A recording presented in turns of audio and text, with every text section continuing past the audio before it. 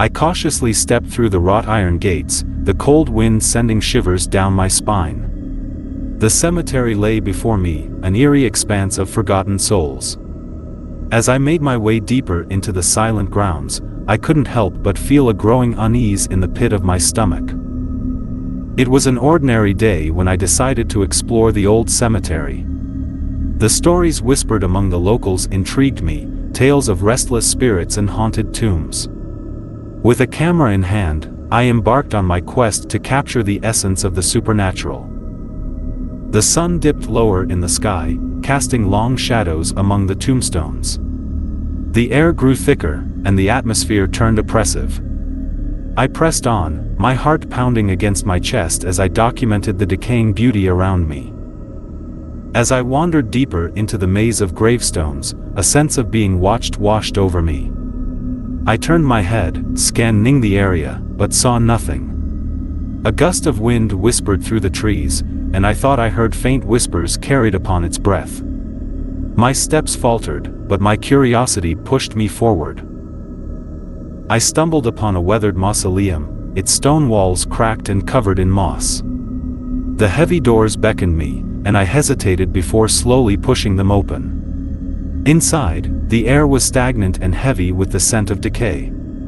My camera flashed, capturing the chilling ambience, but as the photograph developed, I noticed an ethereal figure standing in the corner, a ghostly apparition staring directly at me. A shiver ran down my spine as I backed away, leaving the mausoleum behind. The sun had completely disappeared, leaving the cemetery in the grip of darkness. The tombstones took on an ominous presence, casting elongated shadows that seemed to writhe and dance upon the ground. Suddenly, a low moan echoed through the graveyard. It started softly, barely audible, but grew in intensity, filling the air with a chilling melody. Fear gripped me as the moans intensified, coming from all directions. Desperate to escape, I sprinted towards the nearest exit, stumbling over uneven ground and nearly colliding with tombstones. As I reached the gates, a feeling of relief washed over me, but it was short-lived. The iron gates that had allowed me entry were now firmly shut. Panic took hold of me as I rattled and tugged at the cold metal, desperate to break free. But the gates remained resolute, trapping me within the cemetery's clutches. The moans grew louder, merging into a symphony of tormented souls. Shadows flitted among the tombstones, elongated figures dancing in the moonlight. The atmosphere crackled with energy, and I could feel an otherworldly presence closing in around me. Heart pounding, I stumbled backward, my back pressing against a towering monument.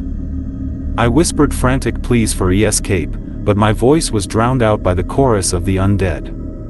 And then, I saw them, apparitions materializing from the darkness, their hollow eyes fixed upon me.